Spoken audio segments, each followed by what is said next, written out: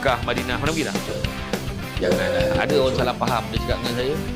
Tuan bagi rezeki, ada orang rezeki dia apa? Cepat kahwin. Ingat Allah banyak-banyak. Dua pahala paling besar dalam kenduri arwah tu. Pertama, zikir. Yang kedua, makan. Iya, sebab tuan rumah tu sedekah makan. Adalah orang balunnya, menyusahkan tuan rumah, orang tu meninggal menyusah. Siapa kata? Mesti bagi makan. Berapa banyak tahlil buat kat surau, tak payah bagi makan pun ada orang lain sumbang tu, pulanglah. Adakah JK surau ni, dia pagi-pagi kat jumpa tuan rumah, dia cakap, kau nak bagi ke tak? Tak ada pun. Tak paksa. Nampak tak? Itu je. Ulama Nusantara tu memang dah disusunnya. Zikir lepas ni. Kan dia buat kaifiat tu tahlil tu. Lepas ni baca ni, lepas ni baca ni, baca ni. Supaya, sebab orang Melayu ni terkena tuan-tuan. Satu Asia Tenggara ni orang Melayu terkena dengan maleh tuan-tuan. Kalau tak disusun macam tu memang tak boleh. Assalamualaikum warahmatullahi wabarakatuh. Assalamualaikum warahmatullahi wabarakatuh. Tahu bangun ni. Sombong dengan Allah Ta'ala tuan-tuan. Kok Auzubillahi minasyaitonirrajim. Bismillahirrahmanirrahim. Assalamualaikum warahmatullahi wabarakatuh. Alhamdulillah. Alhamdulillahillazi arsala rasulahu bil huda wa dinil haqqi liyuzhirahu ala dini kullihi walau karihal kafirun walau karihal musyrikun walau karihal muslimun. Subhanaka la ilma lana illa ma 'allamtana innaka antal alimul hakim. Rabbi shrah li sadri wa yassir li amri wahlul 'uqdatam min lisani yafqahu qawli. Alhamdulillah, syukur kepada Allah SWT. Segala puji bagi Allah atas sekalian alam. Salat dan salam dan atas junjungan besar Nabi Muhammad sallallahu alaihi wasallam. Masih banyak saya ucapkan kepada tuan pengurusi acara, bahagia tuan pengurusi surau, tuan imam, barisan imam, barisan jawatankuasa, penggerak aktiviti surau, pemimpin-pemimpin tempatan di semua peringkat yang berkesempatan hadir, termasuklah ketua-ketua blok, ketua tingkat, ketua macam-macam lah ketua yang ada sini kan. Seterusnya tuan-tuan dan perempuan yang dirahmati Allah sekalian. Saya first time sampai sini kan. Tak bernapih tuan-tuan datang sini tuan-tuan. Macam mana lah saya respect lah tuan-tuan. Macam mana lah boleh hidup sini. Dozah tu. Padat betul kan. Betul lah tu kan. Tapi orang yang tabah yang boleh duduk sini. Dengan parking tak ada. Ya ilaha illallah. Nak minum pun tak pek parking dah. Macam tu lah kan. Tapi tak apalah. Tuan-tuan dah biasa kan. Kalau cerita kat orang Damansara, Petaling Jaya, KL, sini Tompek, tapi itulah dia. Tapi jangan, saya syukur sangat-sangat dapat sampai malam ni. Saya first time, biasa kat kawasan bawah tu ya, tak pernah naik atasnya kan. Sampai juga kemari. Dan sebenarnya kan, macam mana Samsul Debat boleh sampai pun sebab dengan tajuk ni lah, You're nothing without Allah kan. YNWA kan? You're nothing without Allah. Memang siapalah kita kalau tak ada Allah kan. Itu sebabnya dalam hidup kita ni, dalam hidup kita ialah sentiasa ada ujian dan dugaan. Sentiasa ujian dan dugaan.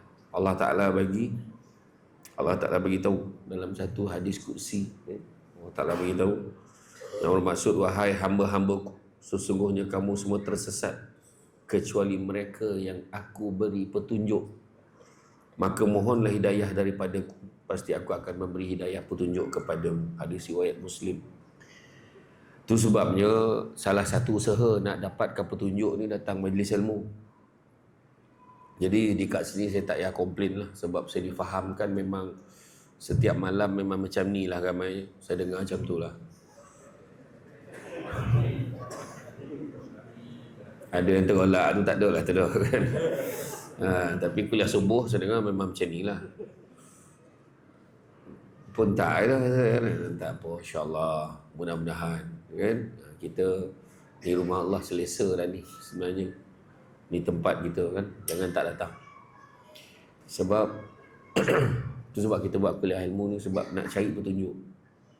Tu sebab ada orang kita ni dia cakap, dia kata aku boleh nampak petunjuk lagi. Dia tak pakai tudung.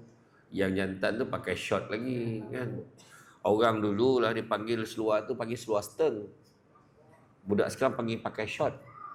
Kan? Jadi dia masih lagi tak segan silu, dia turun pergi kedai pergi speed mat tu kan. Pakai dia pakai seluar pendek tadi. Saya nampak tadi tu. Kan? Saya sangka baik lah. Kaki macam tu kan. Macam tu lah sangka baik kan. Tu. Jadi bila dia orang turun tengok kan, sebab apa? Petunjuk daripada Allah. Tapi ada orang cakap saya belum dapat petunjuk lagi tu. Belum sampai seru seorang lagi. Kan? Belum sampai seru. Belum sampai seru ni pada orang Melayu lah, bukan orang Islam lah. Pada orang Melayu dia accident terbalik kereta tu, dia hidup lagi. Tu petunjuk tu. Ada sampai seru dah aku kena berubah ni dia kata. Dia nak tunggu accident kereta terbalik macam mana? Mujur tak mati terus. Kan kalau tidak mati tanpa petunjuk. Ya. Jadi kita ni tak ada siapa-siapa. Siapalah kita ni tanpa Allah. Kalau Allah tak bagi tak ada kita tuan. Ya.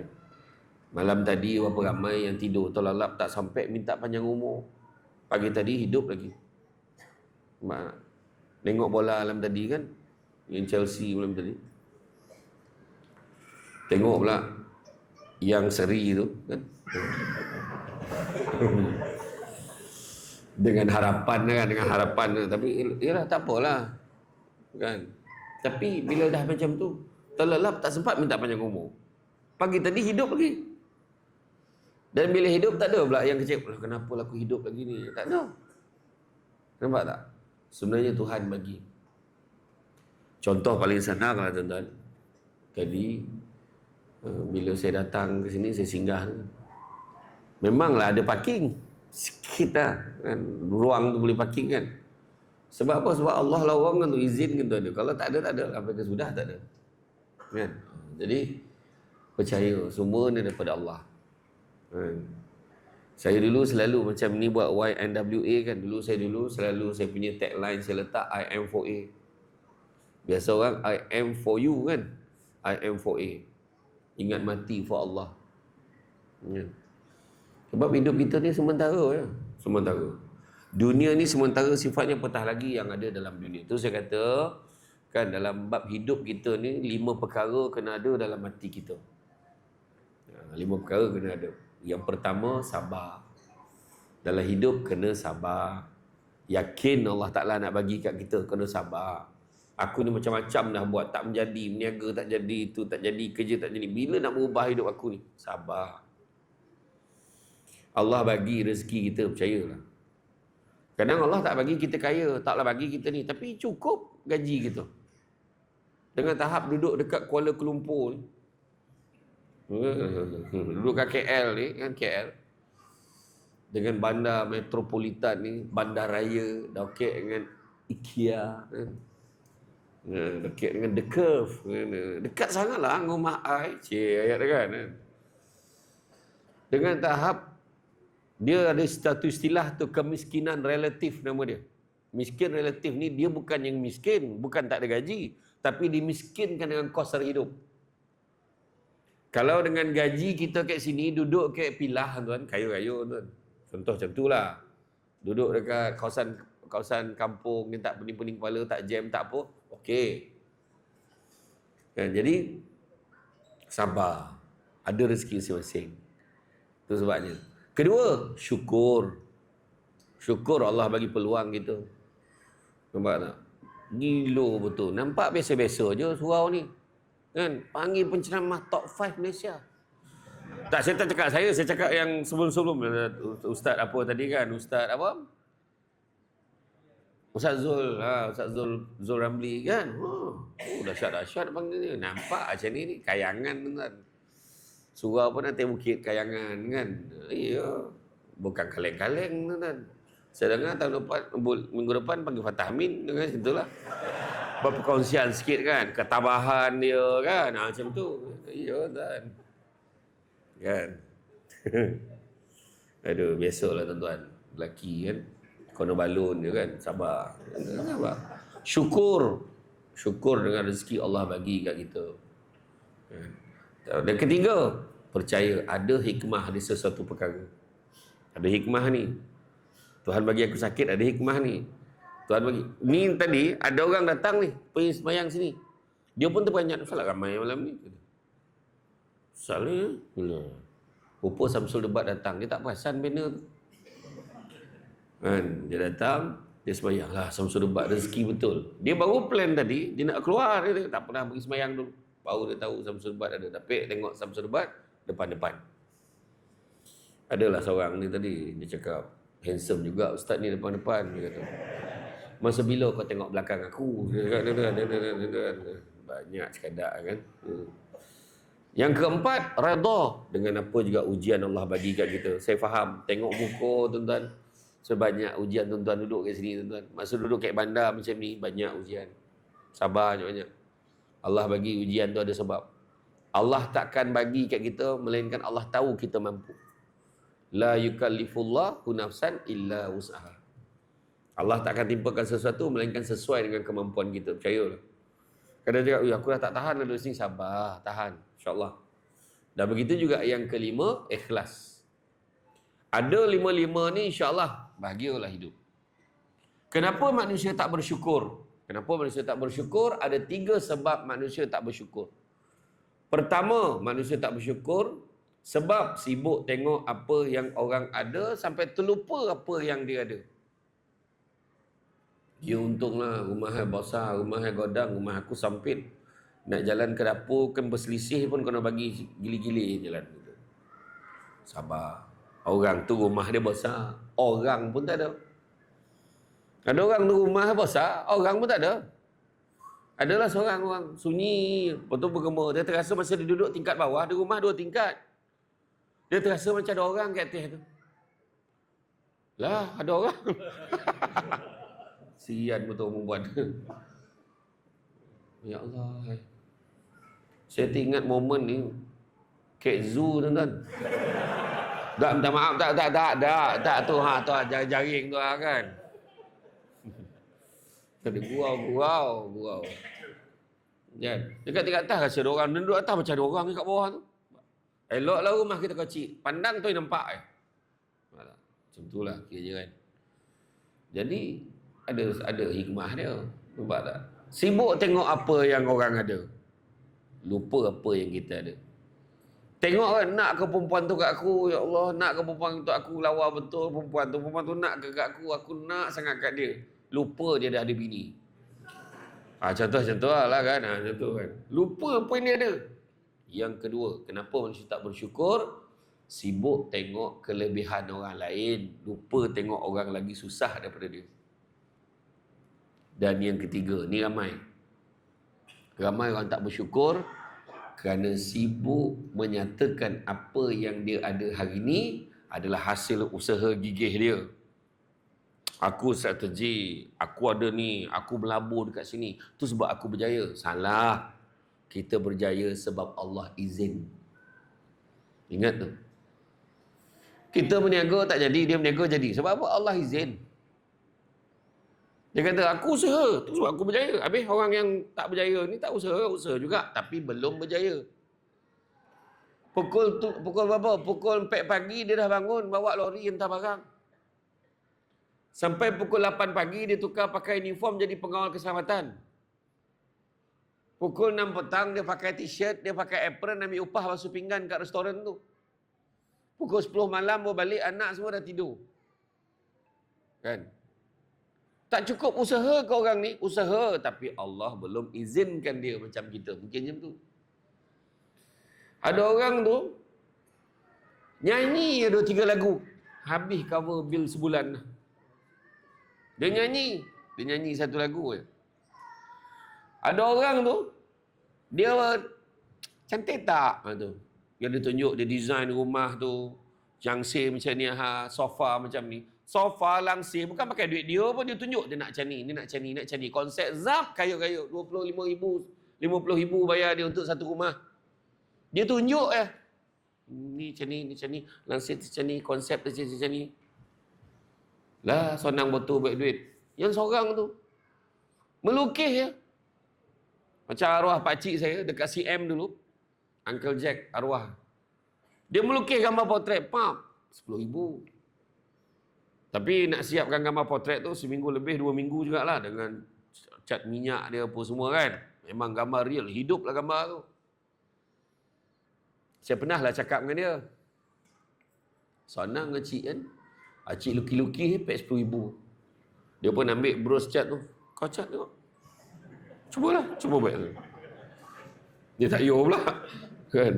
Macam orang cakap lah, kau senang lah ceramah tu dah pek berapa ribu dia tu kan. Ada je orang cakap.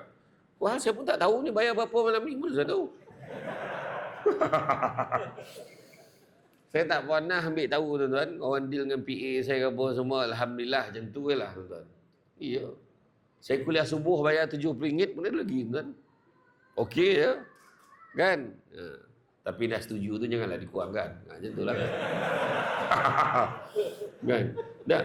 Maksudnya sebab Allah tentukan rezeki. Pernah ada orang janji dengan saya, satu program tu, berapa je nak bayar? 1,000 lebih, 1,500 lah dulu. Sampai kat rumah, tengok dalam envelope tu, saya tulis tu. Aku nak tanya ke tidak? Bukan soalan, 300. Nak tanya ke tidak ni? Saya pun tanya oleh JK. Dah bergaduh ke JK tu. Rupa ada lah salah seorang JK tu, dia sapu duit tu. Nanti susah hati kita tu kan. Itulah tuan-tuan. Kau cakap, senang lah kau ceramah. Bagi mic ni. Ceramah ni. Tengok kan, bukan semua orang kan. Macam tu lah. Tapi, bukanlah kata kita ni, handa pun nak. Itulah kau kena usaha, kita kena buat perubahan dalam hidup. Tak ada. Saya tak pernah cakap macam tu. Allah Ta'ala nak tarik suara saya. Saya pernah pergi ceramah, suara saya jadi, Assalamualaikum. Hari ni, apa suara saya memang tak. Saya pernah ceramah macam tu. Saya tak tahu kenapa, orang lain, penceramah lain, pernah tak penceramah dekat sini, dia kata malam, okey, pengerusi suara umum, malam ni program batal, Ustaz tak sihat. Pernah ke tak? Pernah kan? Ustaz tak dapat datang, dia ada emergency. Pernah tak? Kenapa aku tak boleh? Sensor debat nak batal apa? Tak boleh. Orang dah ramai dah. Apa masalah? Bagilah peluang aku pun nak jadi cawan biasa. Aku pun nak batal. Saya berdoa atau berisiang tadi. Batal lah program malam ni. Tak jadi dah jadi. Soal minta batal tak dapat tu. Kena marah. Dia kata jangan tuan. Sebab ni kebanyakan yang bulan ni booking pun saya ingat tahun lepas. Booking tahun lepas. Saya sebenarnya baru balik daripada umrah. Tu suara saya macam sangau sikit kan. Saya balik daripada umrah. Saya first time tau pergi umrah musim panas. Tak pernah. Dulu kan kalau lepas umrah 3 bulan rehat baru haji 3 bulan lepas tu baru umrah. Sekarang tahu pas baton ni. Panas betul. Saya tak pernah tuan-tuan pergi musim panas. Keluar pada hotel pergi subuh. Subuh berbahak. Panas ni subuh ni. Macam tu lah. Lepas tu daripada subuh hari Rabu dan Khamis lepas, tengah hari cecah 44 degree. 44 degree. Kemudian daripada Madinah tu nak pergi ke Kuwait. Saya pergi Kuwait pula, ada ceramah kat kedutaan Malaysia dekat sana. Masa nak pergi Kuwait tu baru suara saya dah mula dah berubah. Alamak, dah batuk pula dah. Kan? Di Kuwait pernah cecah 62 tu. Oh, bayangkan panas dia orang. Dia kata memang panas tapi dekat sana dia ada macam pulau dekat laut kan, keliling laut dia berangin, angin dia kuat lah. Tu kan suara saya ni tu macam sengau sikit kan. Itulah, tapi boleh lah ceramah. Tapi macam tu lah. Jadi maknanya semua Allah bagi kat kita. Allah takdir. Suara saya teruk tu saya pergi kat ceramah. Minta maaf lah suara saya ceramah je. Ceramah lah 2 jam. Azab betul. Saya punya jadual untuk maklumat semua lah. Allah bagilah ni. Allah bagi kat saya ni satu benda. Ceramah saya hari-hari 3 ceramah sehari. Mesti. Bulan puasa 4 ke 6 ceramah sehari.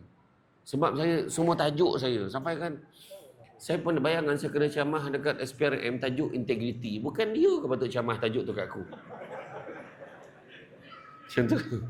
Kan ceramah motivasi pekerja, pelajar pun saya. Lepas tu, musim maulud kan pun saya. Tapi, buatlah benda yang boleh. Sebab kalau saya tak buat macam tu, lagi lambat turn tu sampai. Lepas tu umrah ni pun booking tahun lepas. Lagi, tu yang saya pergi berturut-turut ni bulan 8, bulan 9, bulan 10, bulan 11, bulan 12, bulan 1, bulan 2. Ini yang tahun lepas sebab jadual tak boleh nak adjust kan. Tak boleh. Tapi satu je jangan wah belagak kau macam apa masalah tu. Saya tahu saya dengar tadi. Masyuk tu tak bukan isu tu. Sebelum kau cakap tu kan, badan tu tak tahan kadang. Kena minta Allah Ta'ala, bagilah kekuatan kat aku. Allah bagi. Mak saya sampai tak nak dengar dah jadual. Saya bila ada free je, saya pergi rumah mak saya. Duduk rumah mak. Mak saya pun hidang lah, si goreng ke apa, air kan. Tak ada ceramah kan ni? Bawa balik dia Kedah ni. Orang ini tak adalah. Kejap lagi nak pergi Pahang. Dah kau diam lah, tak payah cakap. Dia kata. Dengar pun dah ponik tau. Dia dengar anak dia pun dia dah ponik. Bayangkan. Tak salah, kena sound dengan rumah. Jangan cakap tuan-tuan. Nama penceramah motivasi ni, kena sound. Ceramah. Gilah. Gilah. Kan? Saya cakap dengan dia, abang ceramah 2-3 tahun dia lagi kot. Paling lama. Besok abang dah duduk rumah, jangan kau muntah nak muka abang. Sudahlah saya kata tu kan. Tapi Allah bagi. Semua Allah bagi. Suara Allah bagi. Cakap Allah bagi. Dia cakap apa? Itu sebabnya kita kena sentiasa ingat. Ingat Allah banyak-banyak. Liman kana yarjullaha wal yawmal akhir wa zakarullaha katsira. Siapa nakkan rahmat Allah dan nakkan hari akhirat, maka ingatlah Allah banyak-banyak. Tu. Ingat Allah. Itu sebabnya kalau kita pernah baca satu buku, Hidup dengan Bismillah. Dengan nama Allah. Kita tahu Bismillahirrahmanirrahim, tapi kadang benda tu jadi prosedur je. Macam kita dengan rumah kita lah. I love you, I love you too. Prosedur je. Perasaan tak ada. Dia kalau perasaan tu, abang rindu betul kasi abang. Allahu Akbar. Nak mati kasi, dia ada lah tu. Tapi perasaan lain. Tapi kena I love you too. Ada orang tak?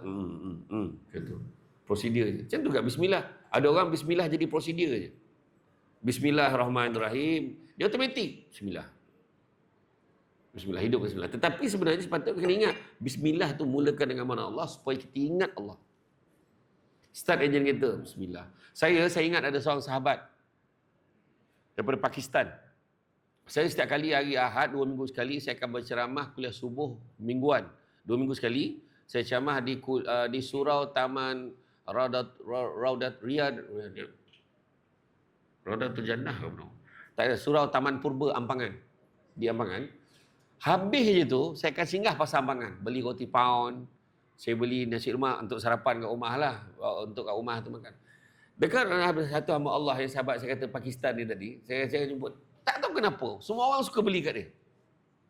Saya pun memang singgah dia. Assalamualaikum Ustaz, sihat? Kata. Dia kata, bagi roti pound tu, bagi 2. Satu RM5 dia potong. RM2.5. Potong. Tapi bila dia potong tu, Bismillahirrahmanirrahim.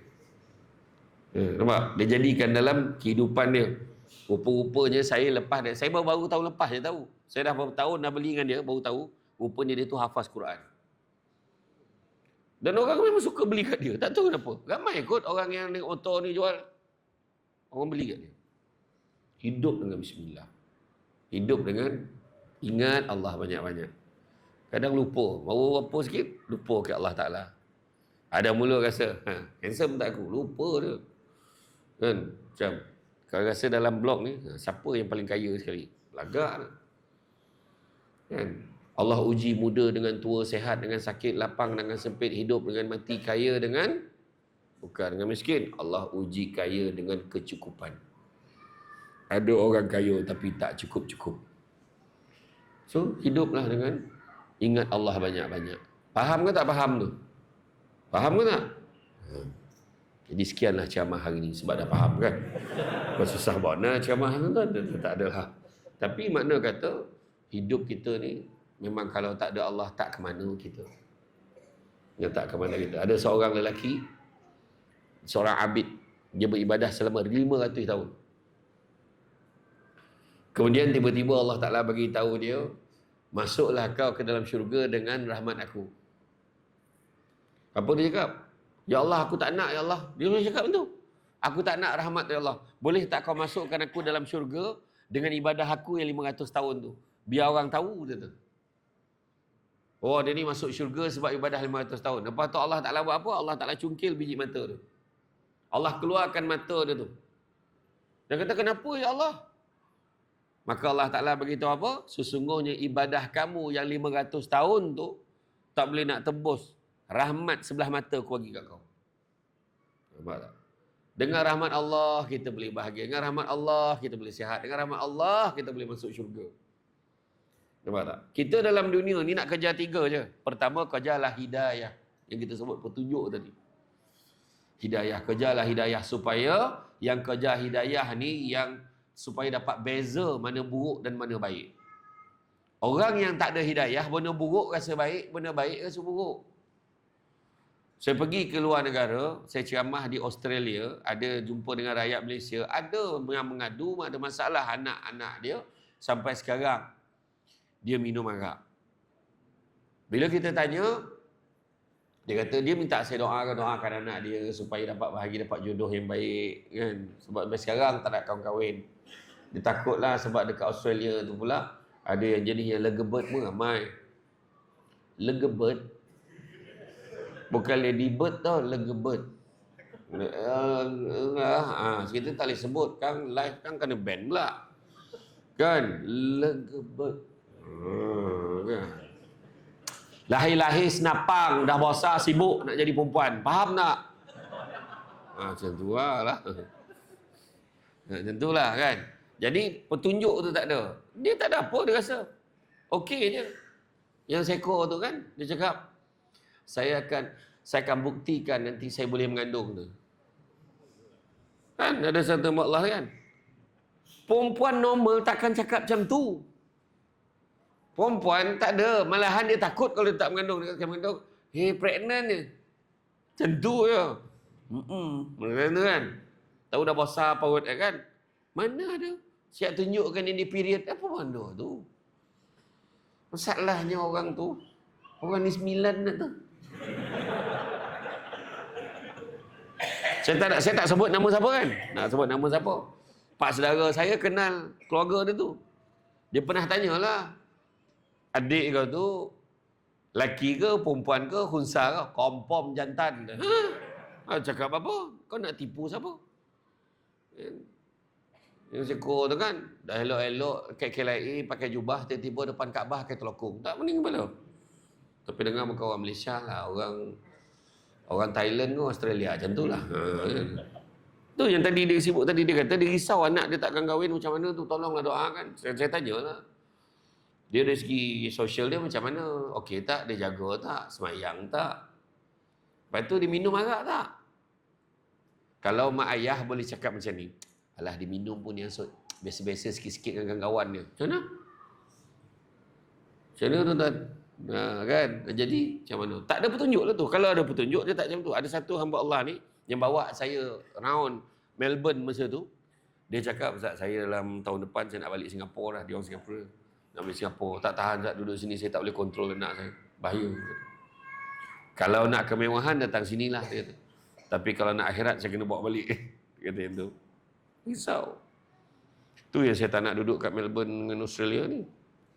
Cik Hayat MC Bilo lah. Kau dapat peluang duduk sana kan. Baru datang ceramah sekali dua dah perasan kan. Tentulah. Tapi maksudnya betul lah. Petunjuk. Pertama, kejarlah hidayah. Kadang tak dapat dia petunjuk orang nama bini dia hidayah kan.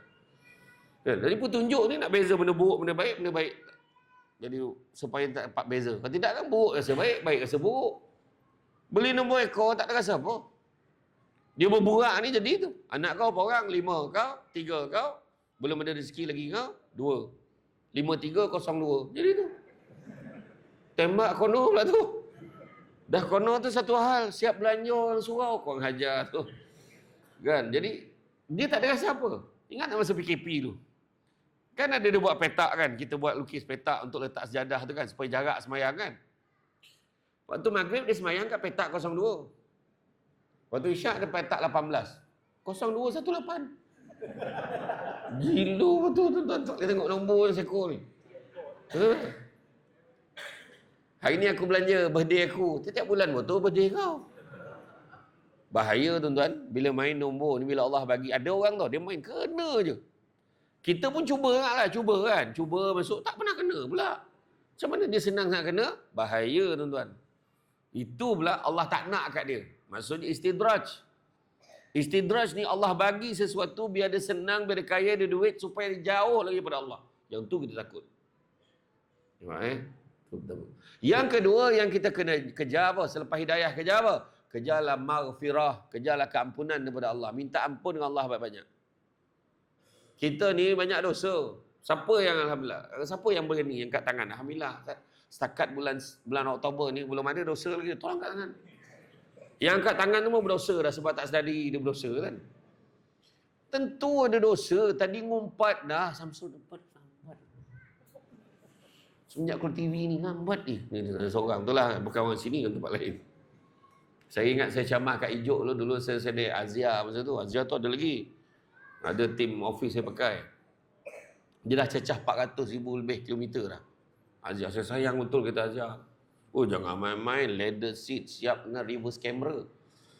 Dengan speakers Alpine. Cakap bro, saya sayang kata tu. Ramai orang nak beli tu, nombor plate SD. Kan? Masa saya pergi ke Ijuk tu, kan saya memang kalau sampai maghrib tu saya tak masuk nanti dulu. Orang tengah ramai ni nanti dulu. Saya tak parking kat parking berjamaah, parking biasa. Orang nak masuk, orang dah qamat tu baru saya masuk. Saya main kat belakang. Senang saya nak jamak sekali. Dah habis saya jamak tu kan. Saya pun duduk pakcik sebelah tu. Penjamah belum sampai lagi.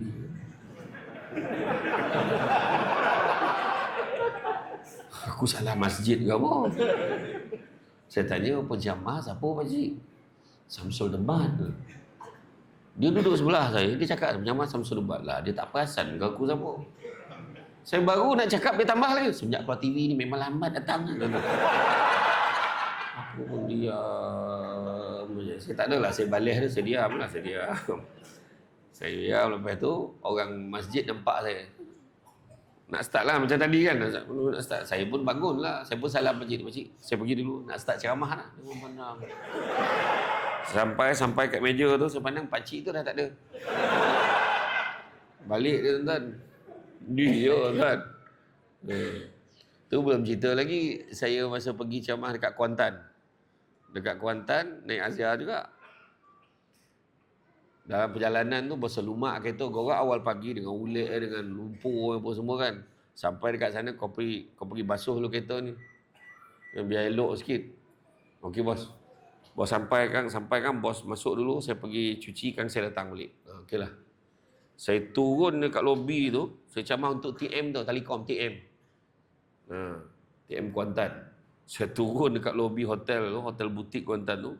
Dia pun jalan, saya pun masuk dalam. Yang menyambut saya, steady Ustaz Datang jauh-jauh naik Grab. Oh, kita aku tu, saya kata. Dia boleh cakap Grab tu. Tentulah.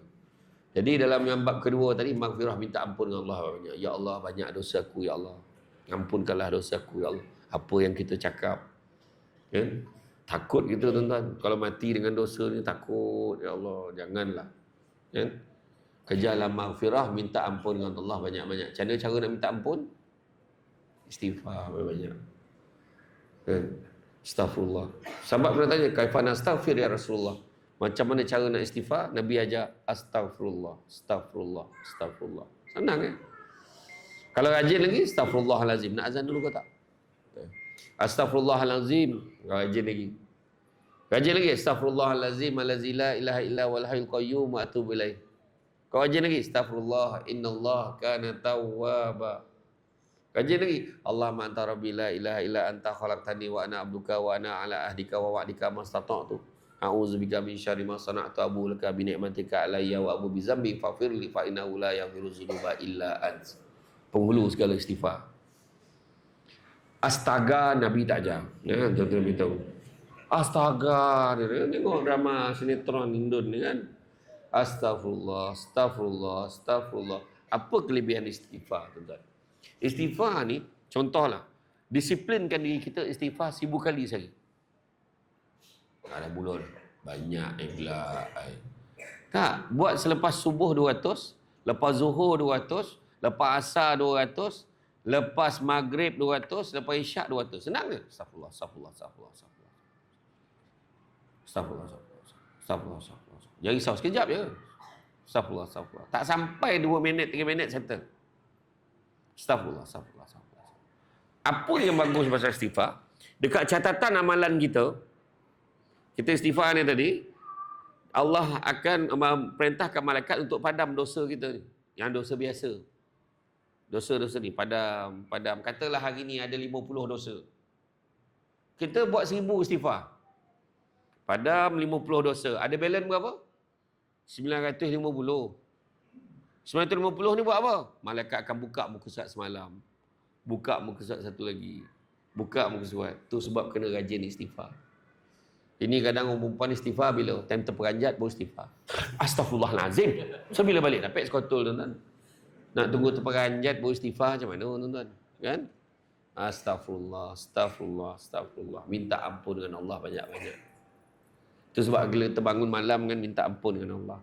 Ingat tak 7 golongan yang mendapat naungan daripada arasy Allah, yang mana tak ada naungan selainnya pada hari akhirat kelak. Nombor 1 apa? Pemimpin yang adil. Ini adil ni jangan cerita Perdana Menteri dengan agung je tuan-tuan. Termasuklah ketua blok tuan-tuan. Yang paling copek masuk neraka tu apa tau? AJK Surau yang selalu sebut aku AJK biasa-biasa je. Tu yang paling awal masuk neraka tuan-tuan. Sebab bila dia sebut AJK biasa-biasa tu seolah-olah kau tak payah buat kerja, jangan main-main. Kena buat kerja. Ada amanah dia, betul tak? Tu dia. Kan? Tu sebabnya kalau kita tengok dalam hal ni, pemimpin, nombor 1, pemimpin yang adil. Termasuk juga CEO rumah tangga. Suami, jangan main-main. Tak adil kita dengan keluarga. Kira. Pemimpin yang adil ke tidak kita? Kan? Nak pula contoh yang isteri ramai. Kan? Jadi, kan? Nampak? Bagus perempuan. Hangguk dia, bagus. Orang sini dia sekarang susah nak cari kat kawasan ni. Saya dengar orang perempuannya berfikiran terbuka. Kan? Alhamdulillah. Kan? Dia lagi ramai isteri, lagi Allah Ta'ala tanya, kau tak adil, jangan main-main. Jangan main-main. Kita ada 3 isteri kan, contoh ada 4 isteri. Isteri pertama katalah hari ni ikan kambung 2 ekor. Isteri kedua 3 ke 4 dapat tak ikan kambung? Ikan kambung. Tapi kalau yang ketiga tu allergic ikan. Tak boleh ikan kambung. I kena makan binatang-binatang liar. Sudah contohlah. Kena cari yang lebih kurang harga dia. Dan ingat, katalah hari ni giliran isteri pertama. Ni nak ajar contoh. Nak tunjuk susah. Giliran isteri pertama, so isteri kedua, ketiga, keempat. Kalau boleh hantarlah makanan tu, hantar melauk tu tadi, setakat pintu pagar je.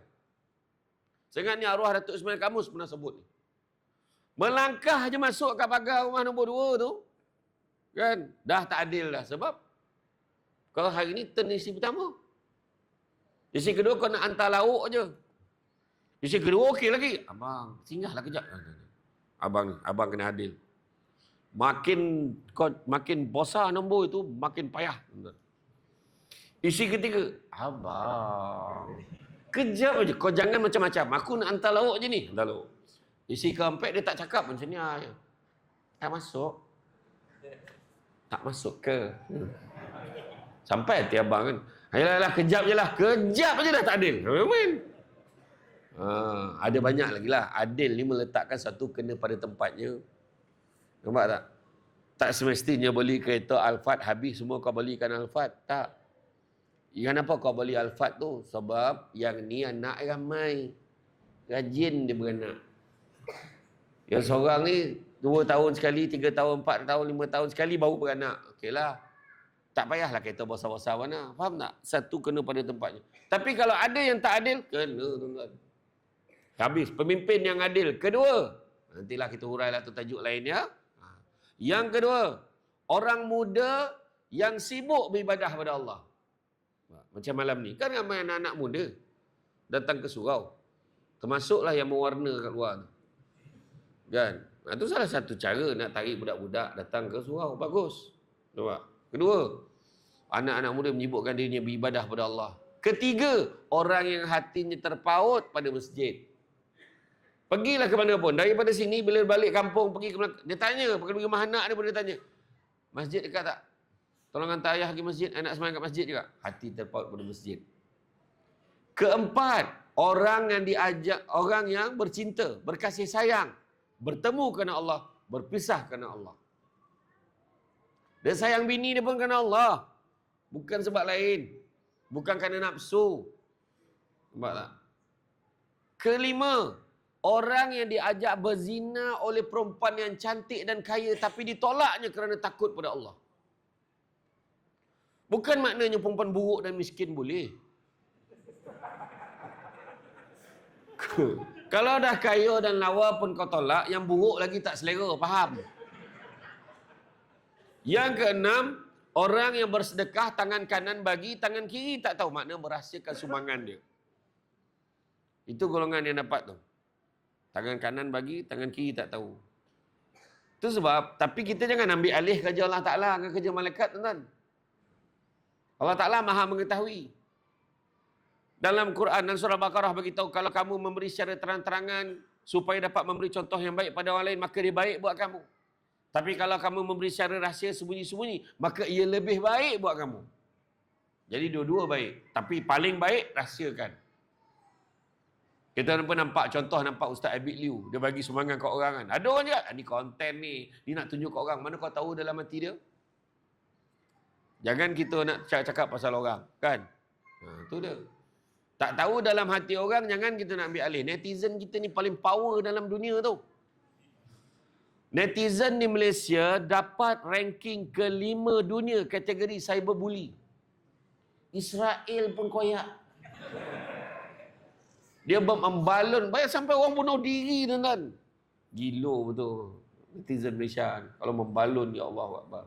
Tak apalah, saya tak nak komen banyak. Kejap lagi aku pun kena balon. Kau tengoklah. Tapi itu dia cerita dia.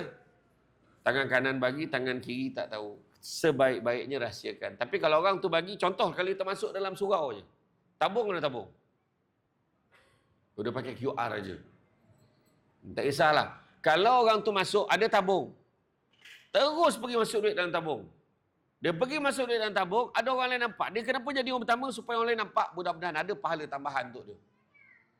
Tu dia cerita dia. Yalah, nak tunjuk dia sedekah. Ada orang macam tu. Dan yang ketujuh, orang yang duduk bersendirian, berdoa tapi menangis kerana Allah.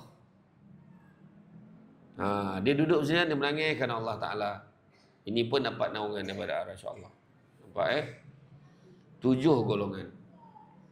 Jadi tuan-tuan dan puan-puan sekalian, kita ni macam mana pun, maka bila kita ni sayang kat Allah Ta'ala, kita nak kejar satu benda dalam hidup kita, kita nak kejar bahagia. Jadi minta ampun dengan Allah, maghfirah. Dan yang ketiga, kejarlah rahmat Allah. Sebab dengan rahmat Allah je kita boleh masuk syurga. Tak ada benda lain yang boleh tolong kita. Rahmat Allah boleh masuk syurga. Dan nak dapat rahmat Allah, tak ada cara lain. Beribadahlah sebanyak-banyaknya. Macam mana tuan-tuan, kita ibadah nak banyak-banyak memang tak ada lah tuan-tuan kan. Bukan cakap orang, termasuk yang bercakap ni. Kadang-kadang kita ni malih banyak. Bila kita zikir kan belakang imam kan, imam tadi, Assalamualaikum warahmatullahi. Assalamualaikum warahmatullahi. Kita betul. Astaghfirullahalazim allazi la ilaha illa wal hayyul qayyum wa atubu ilaih. Berapa kali? Biasanya imam bawa 3 kali. Tiba-tiba imam rajin lah buat seboleh malam tu. Astaghfirullahalazim. Belakang bunyi dah banyak kali pula dia istighfar.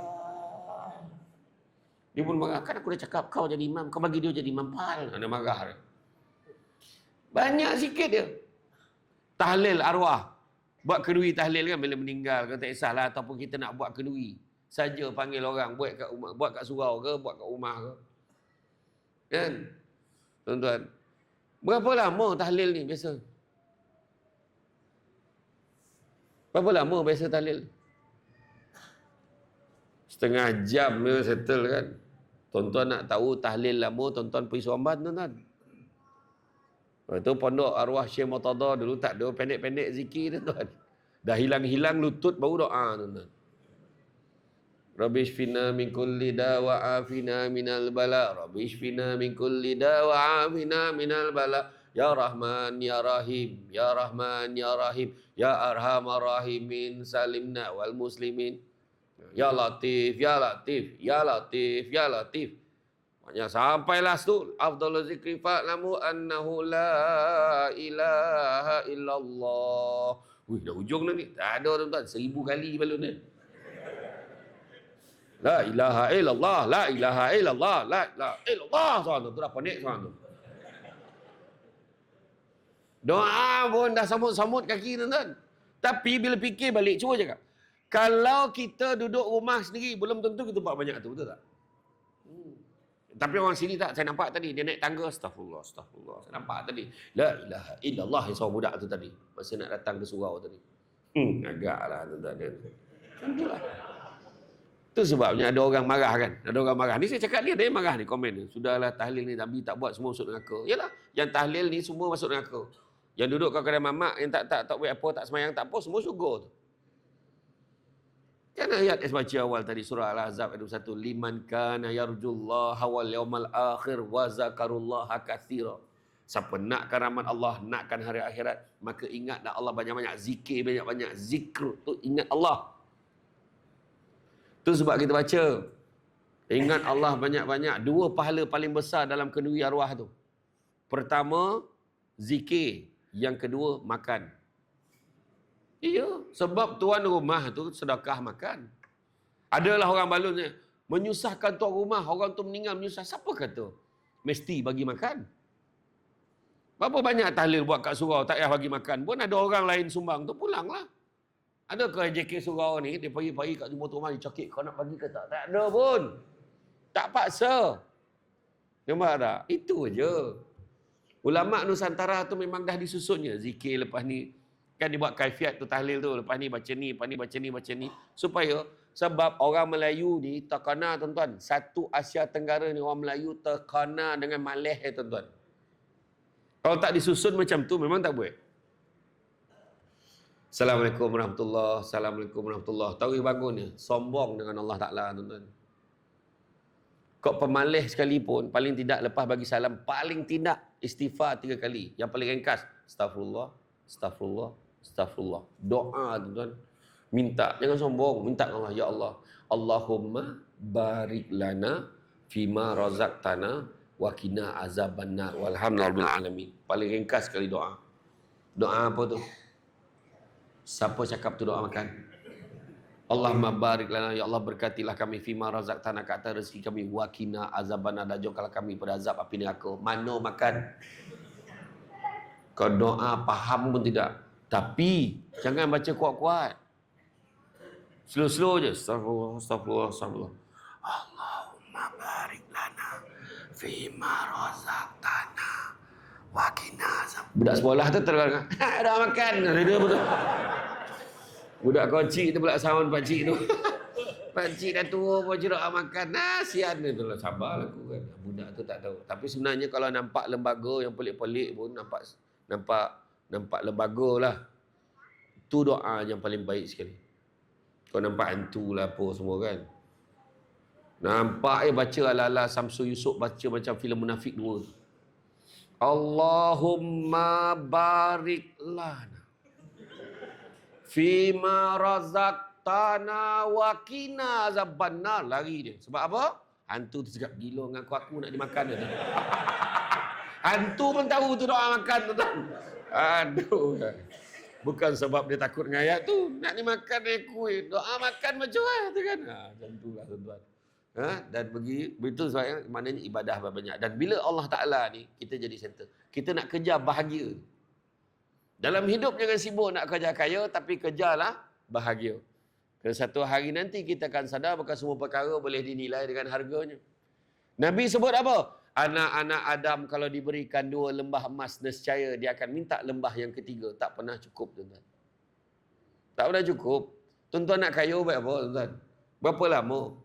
Kok kaya pula berapa banyak? Berapa banyak kaya? Cakap. Dengan ini saya umumkan. Setiap yang dengar ceramah ini, kecuali yang sandar kat dinding. Oh, sama berdolak ke sandar kat dinding. Beralih pula kawan dengan. Tak adalah. Contoh. Kita akan bagi insentif kewangan sebanyak RM300,000 setiap seorang yang akan dibayar selain lewat ni jam 10 malam ini. Ya, ni contoh tau, jangan tuntut pula, ni contoh. Dah kaya belum masuk RM300,000? Dah kaya ke belum? Dah kaya belum? Belum dapat. Dia nak berapa dia cakap? 300 belum kaya. Ada setengah orang cakap belum kaya lagi. Tengok. Ada setengah orang, alhamdulillah, daripada tak ada, RM300,000 siapa nak bagi? Dia kata, RM300 pun dah rasa mahal mana dah malam ni. Contoh tiba-tiba dapat RM300, rugi kau tak datang. Dapat RM300 tadi. Iya ke? Ha. Aku silap aku sandar kat tiang tu tadi. Kita dapat contoh. Ya, tak payahlah balik tu tadi contohnya. Tapi betul. Sebab Nabi sebut anak-anak Adam kalau bagi 2 lembah mana akan minta lembah ketiga, tak pernah cukup. Jadi bahagia ni apa? Ada orang cakap banyak duit bahagia, ada orang banyak duit tak bahagia pun, penyakit banyak.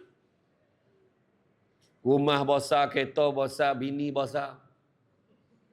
Duit banyak, pangkat tinggi. Bila orang tanya, "Oi, bahagia hidup kau sekarang Tengok harta memanglah. Ayat dia. Tengok harta memanglah. Bila tengok apa lagi? Anak ada 10 orang, ya Allah. Rajin dia beranak tu. Bagi salam, Assalamualaikum, salam beranak. Assalamualaikum, salam beranak. Bagi salam, nyaut beranak lah. Yang faham, tak faham sudah. Risau pula aku budak-budak ni pun galak. Faham dia. Macam tu lah. 10 anak sambil-sambil balik kerja tuan-tuan. Belum betul-betul ke? 10 anak tuan-tuan.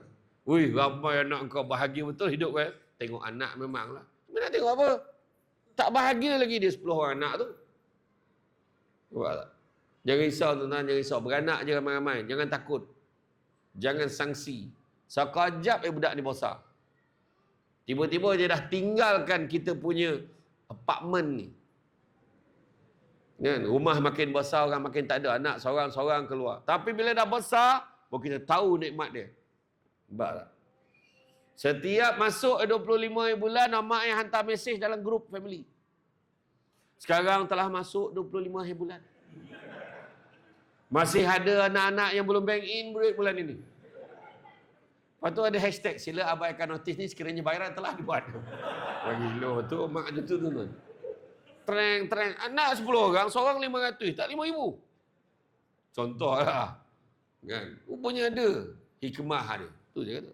Nak bolo anak bukan senang kan? Seorang. Belanja sekolah kan. Allah. Ya tuan-tuan. Saya pakai 4-wheel tuan-tuan. Kan tahun lepas nak sangat pakai 4-wheel sebab okey lah. Dia nampak besar tapi tak adalah nampak mewah mana. Okey lah. Kan? Takut tuan pakai kereta mewah takut. Boy, lu kata Azia. Dia cakap tu. Kan? Sebab diesel murah tuan-tuan. Tiba-tiba lah mahal tuan kan. Mana pernah terbayang akhirnya dah ada solusi dia. Rupa-rupanya kat Sabah Sarawak diesel tak naik. Isi minyak sanun bawa balik sini. Macam tu lah tuan-tuan. Tak ada lah. Tapi apa pakailah macam tu. Kan dah ada. Buat saya kata tadi, apa-apa pun kebahagiaan ni kat mana nak tengok? Kalau anak tak bahagia, kalau tengok dari isteri ramai pun tak bahagia, sakit kepala tuan-tuan. Ada yang tanya saya tu, "Ustaz, macam mana cara nak kahwin lebih, Ustaz?" Benda tu tak payah tanya. Dia auto download. Kau jumpalah jalannya kalau kau dah nak kan? Macam tu lah. Tapi adalah orang cakap, kalau kau boleh tidur kat stadium, bolehlah kau kahwin lebih. Apa maksud boleh tidur kat stadium tu? Makna dalam tahap memokak orang kat stadium tu kau boleh tidur setakat bini 2-3 orang bising, okey lah tu. Tentu lah. Dia cakap. Syaitan cakap macam tu tuan-tuan. Kan? Berani ke tuan-tuan? Ada tuan-tuan. Dia bukan takut bini dia, bini menakutkan. Tahu tak yang kisah raja yang takut dengan permaisuri tu? Raja tu nek moyang takut dengan bini tu, dia panggil lelaki dalam negara dia datang ke istana. Siapa yang takut isteri berdiri belah kanan betul. Semua pergi belah kanan. Tak ada waktu yang berani lah. Pandang belah kiri nampak ada seorang. Siap peluk tiang ni. Kamu kemari. Apa pula? Tuanku nak jumpa, tuanku lah turun. Punya berani yang raja tu suruh turun. Dekat negara Pasir Benongong. Dia pun turun lah. Tak apalah nak dapat tips ni pasal turun lah. Sekarang cerita lah. Macam mana cara nak lawan bini better? Apa pula? Patik pun takut bini. Apa sah kau tak pergi belah sana? Bini patik dah pesan. Jangan pergi mana-mana. Tunggu sampai dia sampai. Lagi teruk takut. Ketinggat dia berani tuan-tuan. Lagi teruk takut. Lagi teruk takut tuan-tuan. Alah orang lelaki ni jangan risau. Perempuan dia golak-golak ni dia tak berani tuan-tuan. Dia. Tapi itulah dia. Jadi makna kata dalam hal ni apa yang menyebabkan kita bahagia? Duit banyak tak bahagia ni. Rupa-rupanya disebutkan oleh Imam Al-Ghazali, nak capai kebahagiaan dunia dan akhirat, mestilah capai satu disebut sebagai puncak takwa. Takwa ni ikut apa yang Allah Ta'ala suruh, tinggal apa yang Allah Ta'ala larang, insya-Allah bahagia hidup dunia akhirat. Itu je. Takut kita nak buat apa yang Allah Ta'ala larang, jangan kita buat. Tipu orang jangan buat, pecah amanah jangan buat, tuan-tuan. Percaya tuan-tuan kat saudara, kan, mentadbir duit kita, contohnya habis, tuan-tuan. Oh, tuan-tuan, macam-macam buat. Contohlah kan, percayalah kat adik-beradik sendiri, kadang-kadang buat, aduh, susah, tuan-tuan. Kan? Itu dia. Kita takut. Tapi ada orang buat sebab apa? Tak takut ke Allah, tuan-tuan. Tak takut ke Allah. 7, kata Abu Lais As-Samarkandi, 7 tanda takut ke Allah Ta'ala. Terlihat kat mana? Pertama, terlihat kepada lisannya. Lisan dia tak cakap benda-benda yang tak baik. Lisannya ada 2. Lisan berlidah dengan lisan berjari. Lisan berlidah yang kita cakap ni, lisan berjari yang kita taib. Kan? Para hukama menyatakan apa yang kita tulis itu dinisbahkan sebagai apa yang kita cakap. Kadang kat surau muka bangang, tak ada apa-apa. Tapi bila dia menaib, tak cukup tanah malun orang. AJK surau tu tak ada guna dah. Duit banyak, program tak ada. Dia malun surau. AJK surau pun jawab balik, program banyak kau yang tak ada. Macam tu jawapan dia. Orang yang malun-malun ni tuan-tuan, tak pergi surau kadang. Tu masalah. Nampak tak? Kan? Letak je tuan-tuan. Paling senang kan tuan-tuan, letak je satu muka pemimpin. Tak kira lah parti mana. Saya bukan cerita politik, tapi letak muka dia. Jangan tulis apa-apa, letak muka post. Tengok komen bawah tu, kepala bapak semua keluar tuan-tuan. Bapak tak gunalah anak haram. Sampailah AJK surau ni, yang baik hati ni. Alangkah baiknya kita menulis yang baik-baik. Nabi tak ajar kita untuk buat macam ni. Nabi pesan kalau tak ada perkataan yang baik nak kamu ucapkan, lebih baik kamu diam. Sekadar memberikan pandangan. Yang benar AJK surau. Ada reply bawah tu, kau pun sama, kepala bapak semua dah pek dah kawan. Iya tuan-tuan. Kalau kita baca tu kan, kenapa orang macam ni? Teruk betul jiwa orang kita ni membalun tuan-tuan. Ya, macam tu. Lisan ni, apa kita tulis? Jangan main-main. Apa yang kita tulis tu semua akan dipertanggungjawabkan. Sekarang ni dalam media sosial, dunia tanpa sempadan, orang tak malu tuan-tuan. Ya Allah, tak malu. Ramai betul yang tak malu Nabi pesan apa? Malu dan iman datang seiring. Hilang satu, hilang semua. Apa maksud dia? Media sosial, buat live. Buat live. Dengan pakai baju kotak, tunjuk segala aksesori yang ada. Tak kesian tuan-tuan. Tak kesian dia kat mak ayah dia. Tak kesian dia kat suami dia. Tak kesian. Kan ada tu cakap tah apa benda ni, cakap beryoyo, berapi-rapi, cakap membalun orang tuan-tuan. Ada. Tong. Macam dia lah, terpaling tahu semua isu. Payah tuan orang ni. Ada orang macam tu. Dulu nak berlakon tuan-tuan, kena buat screen test. Sekarang masing-masing dah ada TV, IGTV. Dia boleh buat TikTok live. Oh, sekarang.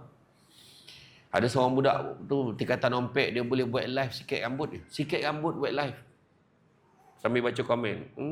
Cantik, terima kasih. Kita tak fikirlah pasal couple, kita nak belajar dulu. Masalah pada tadi kau menyikat, kau tak belajar. Budak tingkatan ompek, perempuan, cakap sikat rambut.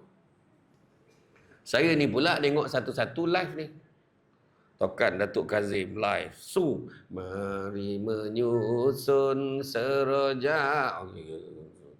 Hui, Abdullah Khairi menyorit dia, la ilaha illallah. Pak Su Samsul Selamat Jalan Rami. Walah Pak Su pun nyanyi juga. Dia abang Samsul Rau ni, faham. Tokan. Lepas tu nampak satu live. Budak yang sikat rambut tadi lah. Siapa tokan? Pam, Samsul Debat join. Kau bayangkan? Budak tu nampak pula tu, Samsul Debat tengok kita lah, faham pula. Iya tuan-tuan, penyakit betul. Iya tuan-tuan. Kulang kabut, aku lah dah lupa mana lah aku nak tokan dia nak keluar balik ni. Tak peranjat tuan-tuan. Itulah dia. jaga lisan kita. Jaga lisan. Kedua, tanda takut pada Allah, jaga mata kita. Pandang yang elok-elok. Allah bagi mata kat kita, pandang yang elok-elok. Syekh Jalaluddin Ar-Rumi, dia menangis hari-hari kerana Allah sampaikan bongkak mata dia, sampai doktor cakap dah cukup. Tabib masa ketika zaman dia kata, jangan kau menangis lagi dah. Kau menangis sikit lagi buta mata kau ni. Dah tak ada mandi. Dia kata apa? Apalah gunanya nikmat mata Allah bagi kat aku kalau aku tak gunakan untuk menangis kerana Allah. Itu dia kata. Mata pandang yang dapat pahala, tuan-tuan. Jaga mata kita, takut ke Allah. Sekarang, dulu kalau nak tengok benda-benda tak elok, nak tengok cerita perang lah tuan-tuan, kena sewa tape dulu. Kalau nak tengok cerita perang. Cerita perang. Perang yang sesungguhnya itulah.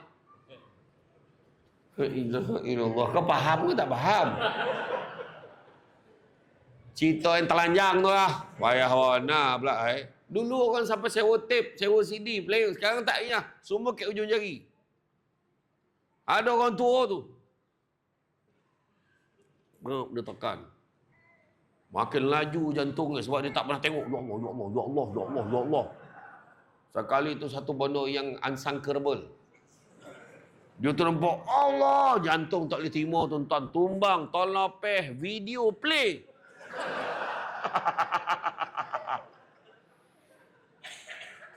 Anak datang, bah, ngucap bah, abah, ngucap bah, buat sipit, abah, tengok video. Tengok Amir ni ternampak video. Uyo, anak ada. Allahu Akbar, malu tuan-tuan, mati macam tu. Kan, mata nak dapat pahala, ada berapa benda yang kita kena. Apa pandang dapat pahala? Pertama, pandang muka mak ayah dapat pahala. Buat video call, tengok mak ayah. Dapat balik kampung tengok dia lagi baik. Mak ayah dah tak ada, Ustaz. Ziarah kubur dia. Jauh lah, Ustaz. Sedekahkan Fatihah setiap kali lepas semayang, sedekah lah. Doakanlah untuk mereka.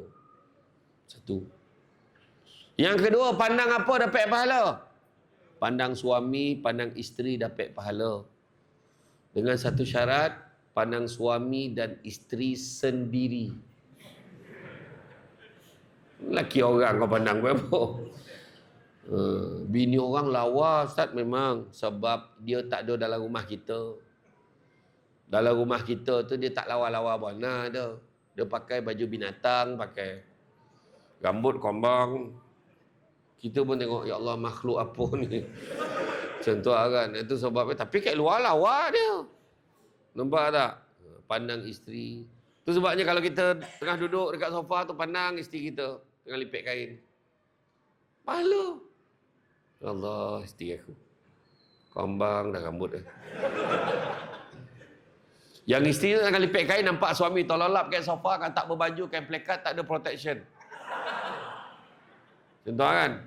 Bini tengah lipet kain, ya Allah, seburuk-buruk makhluk. Tu dosa. Jangan sebut macam tu. Kasihan suami aku ni. Tu sebabnya orang lelaki kalau nampak isteri kan tengah lipat-lipat kain tu, duduk kat belakang dia tu, picit belakang. Abang pun penat. Abang ni. Nampak? Macam tu. Ada setengah perempuan, abang jangan sentuh saya. Ada. Dia tak bagi lelaki. Salah ke abang picit isteri abang? Saya bukan tak kenal abang lah. Picit 5 minit, lepas tu hasrat berubah. Tak siap saya lipat kain ni kan? Kata. Weh, budak kau golak apa pasal? Risau pula aku. Macam tu lah. Pandang isteri, pandang suami pun dapat pahala. Ketiga, pandang Quran dapat pahala. Pandang Quran dapat pahala. Apatah lagi pandang dan baca. Apatah lagi pandang, baca dan faham. Lagi besar pahala. Kita baca mana? Pandang, baca, faham, hafal lagi besar pahala. Pandang, baca, faham, hafal dan buat apa yang Allah Ta'ala suruh dalam Quran tu lagi besar pahala. Buat. Keempat, tengok apa dapat pahala? Tengok Kaabah dapat pahala. Siapa pergi umrah kan lain. Setiap kali, berapa kali pergi pun mesti nangis. Nampak, ya Allah. Itu sebab orang tua-tua dulu balik pada umrah. Bukan zaman kita sekarang ni. Zaman dulu beli apa? Beli frame gambar Kaabah tu. Bila dia gantung, setiap kali dia tengok pahala. Sekarang kita boleh tengok live. Dekat TV tengok live. Ramainya orang. Ya Allah. Betul tak? Tu jangan takut-takutkan orang. Kau nak pergi umrah je, jagalah kau. Kau dah lah jarang ke surau. Dah rakit-rakit nak pergi, baru nak datang surau. Tak nampak tak tidak Kaabah kau ni. Hui, mulut kau. Kawan tu tak tidur dalam kapal terbang. Nampak ke tak? Nampak ke tak? Nampak ke tak? Nampak ke tak? Janganlah tak nampak. Janganlah tak nampak. Turun-turun sampai ke hotel, dia tinggalkan beg semua, berlari dia pergi ke masjid tu nak pastikan dia nampak. Balik beraung dia jumpa dengan mutawif. Ustaz, banyak dosa saya Ustaz. Saya tak nampak Kaabah Ustaz. Sabar cik. Ini Madinah ni. Dibantai lagi ke Masjid Nabawi tu cari Kaabah, mana nak jumpa tuan. Salah tompek kau, salah lagi pek hari pun kita pergi. Yalah kata. Agak-agak tu nak dul. Kat Madinah cari tak jumpa lah. Tapi yang tu nampak Kaabah, nampak pahala. Apatah lagi pergi ke sana. Pergi bersada beribadah lagi besar pahala. Insya-Allah. Kan? Jangan risau. Saya doakan. Ni cakap, jangan cakap tau. Kita ni dah bila lah boleh pergi. Jangan risau. Saya dulu macam tu lah. InsyaAllah Allah rezekikan kita. Kita pergi umrah ni, percaya tak? Dengar saya kata. Allah Ta'ala janji dalam Quran. Bukan sebab kita ni ada duit. Tak. Pergi sana sebab Allah jemput. Bila Allah jemput, macam-macam cara Allah jemput. Ada naik kapal terbang, ada naik kapal, ada naik van, ada ni, ada yang orang sponsor. Ada satu hamba Allah pergi hantar barang je. Driver taksi. Hantar barang dekat KLIA. Dia kena hantar dekat Qatar Airline punya. Dia hantar kat Qatar Airline, ni apa semua bekas ni tak tahu hantar. Cik tahun sign, pakcik dah pergi haji belum? Belum. Nak pergi tak? Inilah siapa tak nak pergi, insya-Allah kalau ada rezeki nak pergi juga. Pakcik dah pasport. Ada kat rumah. Bila pakcik ambil bawa kat sini, ambil gambar Pak Keping bagi kat saya. Kenapa pula? Ambil ajalah. Dia pun balik rumah ambil pasport bagi kat dia. Selang 2-3 minggu sampai surat. Dia dapat jemputan pergi haji percuma. Tajaan Qatar Airline. Rupa-rupanya yang budak yang tanya dia tadi, keluarga dia, mak ayah dia semua dia dah bagi. Dia ada satu kotak kosong, dia nak bagi siapa tak tahu. Dia nampak pakcik tu, dia teragak nak bagi. Iya tuan-tuan, umrah pun tak nak pergi, tu pergi haji je. Nak cakap apa? Ada satu hamba Allah ni, dah cukup duit, apa semua nak pergi, pengsan, tak boleh pergi. Sakit, itu, macam-macam. Dan ada pandangan menyatakan kita pergi umrah bila Allah jemput sebab ada kebaikan yang Allah nak balas kat kita. Kebaikan yang kita buat. Itu sebab jangan berhenti buat kebaikan. Sebab kita tahu pada satu kebaikan akan bawa kita masuk dalam syurga. Percaya cakap saya. Besok kita, berapa ramai yang pergi? Oh Allah tak sangka lah pergi. Ya Allah dah sampai dah. Macam tak percaya. InsyaAllah. Saya dulu berapa tahun? Saya tahun 2006, saya menang satu pertandingan pidato. Pertandingan pidato Islam Hadari masa tu zaman Pak Lah. Zaman Tok Abdullah Ahmad Badawi. Saya masuk entah macam mana boleh menang lah pula. Menang tu Johan dapat duit 5,000 dengan tiket umrah. Kebetulan hari lahir mak saya. Saya terus niatkan hadiahkan untuk mak saya pergi umrah tu. Rupa-rupanya mak saya, lepas arwah abah saya meninggal, bila arwah abah saya meninggal, mak saya cakap, dia nak pergi umrah, dia bayar tiket umrah tu, masa tu dalam 3-4 ribu, boleh pergi umrah dah dulu. Sebelum tahun 2006-2007 dulu macam tu lah. Bila mak saya bayar, pergi, dapat pergi sekejap je. Dulu mula janji 14 hari 12 malam, tiba-tiba dah tinggal 13 hari 11 malam, lalas sekali 11 hari 9 malam. Ada masalah visa lah, itu macam-macam lah dicong dengan mak saya tu. Jadi mak saya waktu widak tu, waktu tawaf widak tu, ya Allah sampaikanlah aku kemari, ya Allah. Dan mak saya tak pernah cerita dekat saya yang dia nak pergi lagi, yang dia tak puas hati yang hari tu. Dia tak pernah cakap. Duit tu dia kumpul tau. Duit meniaga kumpul. Bila saya menang pidato tu, saya hadiahkan kat mak saya tahun 2006, saya hadiahkan mak saya, baru mak saya cerita, ya Allah tak sangka mak boleh pergi lagi. Mak saya cakap, kali ni mak saya pergi puas hati. Masa tu pergi boleh pergi sampai 16 hari. 16 hari, visa dulu kan lain. 16 hari mak saya pergi, mak saya join rombongan, semuanya ahli-ahli, pekerja, staf daripada Jabatan Kemajuan Islam Malaysia, JAKIM. Semua ustaz-ustaz ustazah. Puas hati mak saya dapat pergi masa tu. Mak saya dapat pergi. Masa tu saya cakap apa? Tak apa, mak pergi. Saya cakap apa? Aku besok aku guna duit aku sendiri, aku nak pergi. 10 tahun lepas tu baru saya dapat pergi. 2016 baru saya dapat pergi kali pertama. Lepas tu pergi lagi. Pergi insya-Allah. Doa Allah makbulkan. Saya doakan orang sini dapat pergi. InsyaAllah. Amin. Dia risau. Kemudian, yang saya kata tadi, pertama, dari segi apa? Pandangan mata tadi kan. Jaga mata kita, jangan pandang benda yang tak elok, pandang benda yang dapat pahala. Ketiga, jaga apa? Yang kena jaga adalah jaga perut. Apa maksud jaga perut? Jangan benarkan benda haram masuk dalam perut kita. Nabi sebut apa? Barang siapa yang membenarkan benda-benda haram masuk ke dalam perutnya, nescaya Allah, nescaya malaikat di langit dan di bumi akan melaknatnya selama sesuai sebagaimana benda-benda haram itu ada di dalam perut. Dan barang siapa yang mati dengan benda haram itu ada dalam perutnya, bersaksilah yang dia akan menjadi bahan bakar untuk api neraka. Na'udzubillah, minta jauhkan. Hati-hati. Kemudian jaga apa? Jaga hati. Yang keempat, takut pada Allah terlihat pada hatinya. Hati buang benda-benda tak elok. Buang perasaan. Buang 3 perasaan. Buang tamak. 1. Jangan tamak. Syukur. Kedua, jangan sombong. Sombong ni pula ada 3 kategori. Ujub, riak, takbur. Apa maksud ujub ni? Ujub ni dalam hati je. Tak sebut ke orang. Dalam hati je. Contoh di azan. Allahu Akbar, Allahu Akbar. Sedap juga suara aku ni dalam hati ni. Dia jadi imam kan. Law anzalna hadzal Qur'ana ala jabalin la ra'aitahu khashi'an mutasaddian min khasyatillah. Sedap suara aku. Dalam hati je dia tak cakap. Dia sendiri cakap. Jadi itu ujub. Riak pula tunjuk ke orang. Kan? Dia masuk semayang.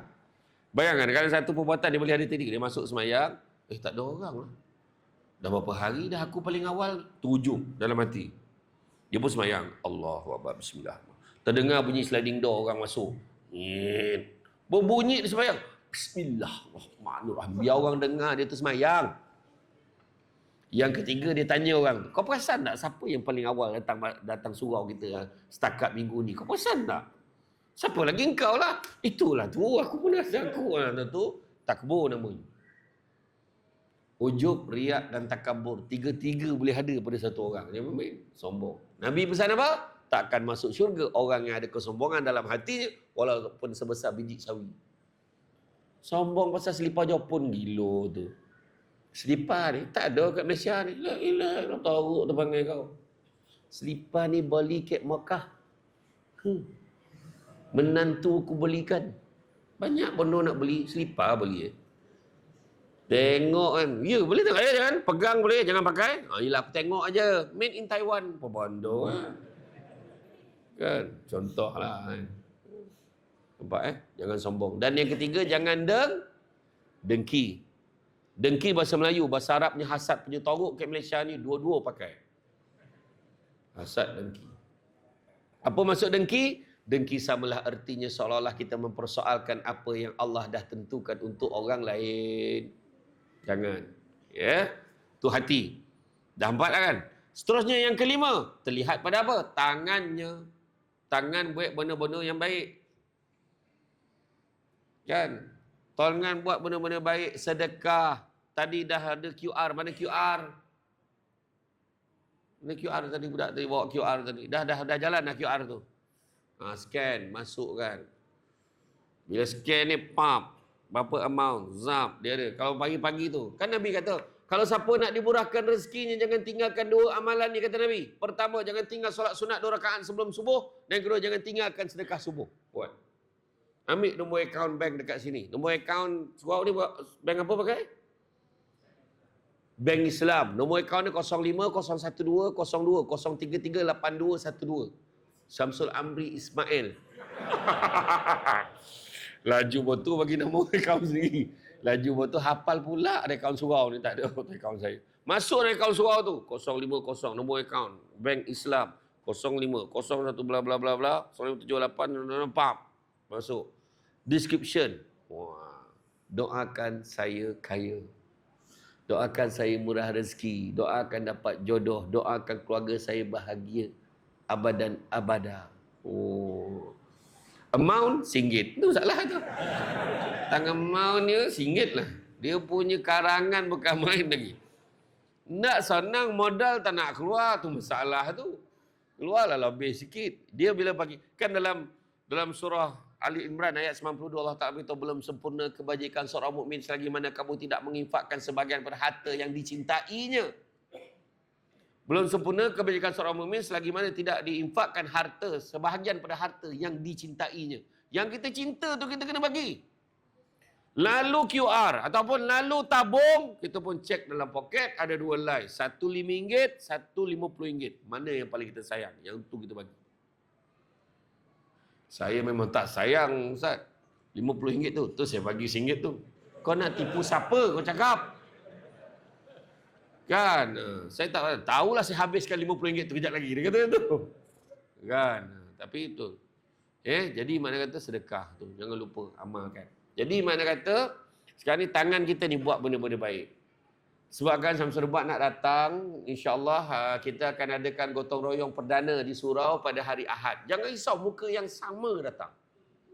Istiqamah tuan-tuan. Kan? Ada tu pula, dia tak gotong royong, dia royong gotong. Ambil gambar yang lebih. Pap, Alhamdulillah. Berkat muafakat. Berjaya, berlangsungnya gotong royong. Ambil apa bono pun dia tak baik tuan-tuan, ambil gambar je. Bukan orang sini lah, tempat lain. Kemudian, yang keenam, tanda takut pada Allah ni terlihat pada langkah kakinya, melangkah ke tempat-tempat yang baik. Pergi surau dalam perjalanan. Pergi surau balik perjalanan. Bila meninggalnya arwah ni, dia meninggal masa tu tengah bersiap nak pergi surau. Kan elok cerita tu. Bila dia meninggal?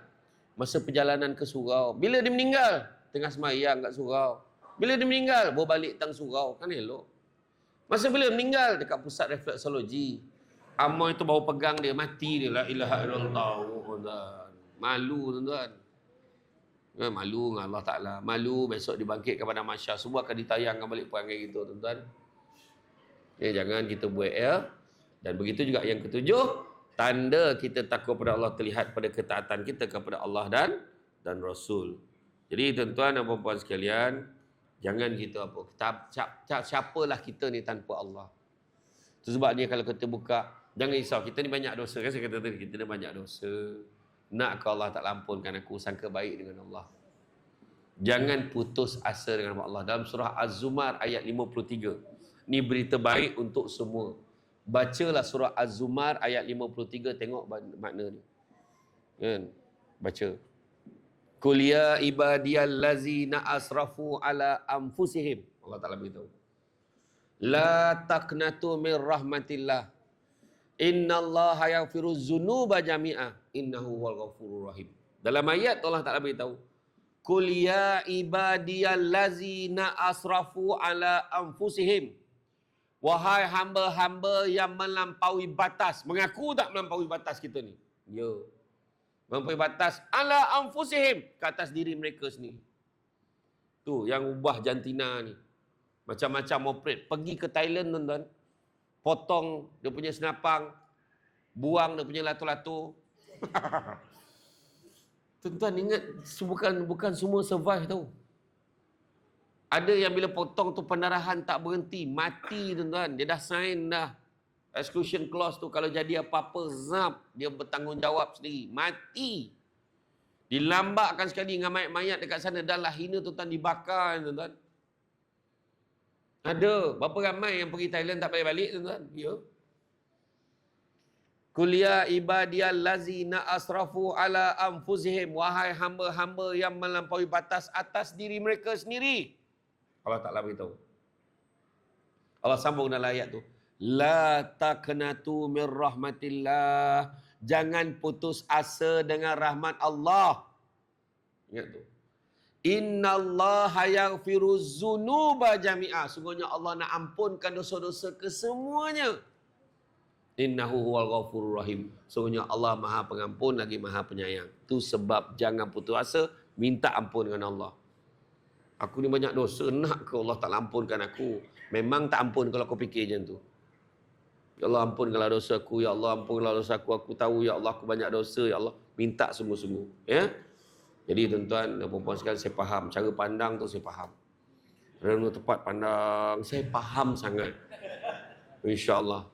Ya, tapi banyak lagi saya nak cerita ni, maknanya kena panggil lagi, ya. Kena panggil lagi. Lepas ni kita buat cerita lain pula, kan. Jadi insya-Allah mudah-mudahan kita kena ingat kita ni tak ada apa-apa pun. Kalau Allah Ta'ala tak izinkan apa yang kita ada, kita takkan dapat. Ada orang tu, dia terasa dia kaya. Dia terlupa Allah izinkan. Ada orang dia rasa muka dia lawa. Dia boleh jadi heroin. Dia boleh jadi apa? Dia boleh jadi model. Dia boleh jadi apa? Dia lupa Allah izinkan. Kan? Kalau tidak, takkanlah ada penyanyi tu. Suara punya sedap. Tiba-tiba bila masuk pertandingan, suara tak keluar. Kenapa? Tiba-tiba terkunci. Apa hal suara macam tu? Macam kena semua lih pula. Apa hal? Sebab Allah dah tulis dah. Setakat tu. Ya. Kadang-kadang kita dah ambil dah nasi kan. Ambil nasi. Macam ni nak makan dah. Baru nak makan tertumpah. Ya Allah tertumpah. Macam mana boleh tertumpah? Kat tangan dah ni. Sebab Allah dah tulis rezeki kita setakat tu. Ya. Makan nasi. Ui sedap ni. Ya Allah. Ayam gepuk. Sambal ambil nuklear. Kita pun letak. Kejap lagi nak makan ni. Dah siap ni. Letak dah air ni. Tengok TV. Terlelap. Jago dah pagi. Tak sampai sahur bulan puasa. Tengok lah. Betul tak? Dan Tuhan tulis rezeki takat tu. Tu sebab siapalah kita tanpa Allah. Kita kadang-kadang tengok bini kita lawa kan. Heran gitu. Macam manalah dia nak kat aku. Kan? Iya. Rezeki tu kan. Tengok malaikat cermin, muka aku tak boleh belah ni. Macam mana dia boleh nak kat aku? Macam mana dia boleh terima aku? Kadang fikir-fikir balik kan. Rupanya Allah juga aturkan jodoh untuk kita. Bini kita dia gomak kat kita sebab gigi taring gitu. Muka memang tak berapa ni sangat kan. Tu sebabnya jangan risau. Walaupun muka suami kita tidak setampan Fatah Amin, Aaron Aziz dan juga Zul Arifin. Walaupun isteri kita tidak secantik Fazura Luna Maya dan Maya Karin, syukur tutup lampu sama. Kau tanyalah Piuris tu tak ada mana ni Lofa tu tutup lampu menyala muka tak ada dah tuan-tuan. Galap tutup lampu gabur-gabur terasa. Sudah settle dah banyak cerita. Ya. Jadi tuan-tuan dan puan-puan cukuplah sekarang tu. Ya, mudah-mudahan walaupun sikit ingat hidup kita ni tak ada apa-apa. Allah bagi segala-gala kat kita. Yang penting ingat tu, sabar, syukur, percaya ada hikmah yang satu perkara yang berlaku, redha dan juga ikhlas. InsyaAllah. Ikhlas Nabi ajar kita apa? Tangan yang di atas lebih baik pada tangan di bawah. Apa maksudnya? Memberi lebih baik pada menerima. Dan bila ikhlas tu dicampurkan, makna bagi tu jangan harapkan pengiktirafan manusia. Jangan. Yang kita harap pada Allah. Macam-macam Allah bagi kat kita tuan-tuan. Yang tuan-tuan kesalkan sampai hati dia, aku dah macam-macam buat, kenapa bukan aku? Jangan risau. Allah bagi kat kita. Yang kita marah-marah apa? Kebergantungan pada manusia kita akan kecewa. Ingat tak Nabi pesan? Nabi doakan Imam Ibnu Abbas, Abdullah bin Abbas, dia pegang dada dia, Allahumma faqih fid din wa 'allimhu ta'wil. Dia doa panjang sampai ayat hujung tu. Doa dia yang hujung Nabi doa tu apa? Yang paling besar kesan itu apa doa ni? Nabi kata, kalaulah satu dunia ini berhimpun nak memberikan keberuntungan untuk kamu, nescaya kamu tidak akan mendapatkannya melainkan sekadar yang Allah dah tentukan untuk kamu. Dan kalau satu dunia ini berhimpun nak memberikan kemudaratan kepada kamu, nak susahkan kamu, nak fakirkan kamu, nak miskinkan kamu, nak azabkan kamu, nescaya kamu tidak akan mendapatkannya melainkan sekadar yang Allah dah tentukan untuk kamu. Jadi semuanya kerana Allah. Itu dia. Kahwin pun kerana Allah. Ada anak, lillahi ta'ala, aku jaga anak ni kerana Allah. Semua kerana Allah. Hidup dengan bismillah, saya kata tadi kan. Dengan nama Allah, dengan nama Allah, dengan nama Allah. Menikah pun, kenapa kahwin? Oh, mak bising. Kenapa kahwin? Kawan-kawan semua kahwin, bila lagi nak kahwin? Perangai budak-budak sekarang kahwin. Susah nak jumpa orang yang jawab, Kenapa kamu nak kahwin? InsyaAllah saya kahwin ni kerana Allah. Biasanya yang jawab kahwin kerana Allah ni biasanya lelaki yang dah kahwin. Itu tajuk lain lah tuan-tuan. Ya, jadi cukuplah sekadar tu. Bak kata orang, sepandai-pandai tupai melompat akhirnya jatuh ke tanah jua. Walaupun perkongsian sudah tamat, mudah-mudahan meresap ke dalam jiwa. Ya, cantik dipandang rumah penghulu, kayu tu okey dari papan. Alang-alang menuntut ilmu, subuti pasir kembangkanlah menjadi intan. Tenang-tenang adi laut, sampan kolek mudik ke Tanjung, hati terkenang mulut menyebut jasa baik. Pihak surau menjemput hari ni rasa nak junjung. Itu tuan-tuan dan puan, itu saja daripada saya.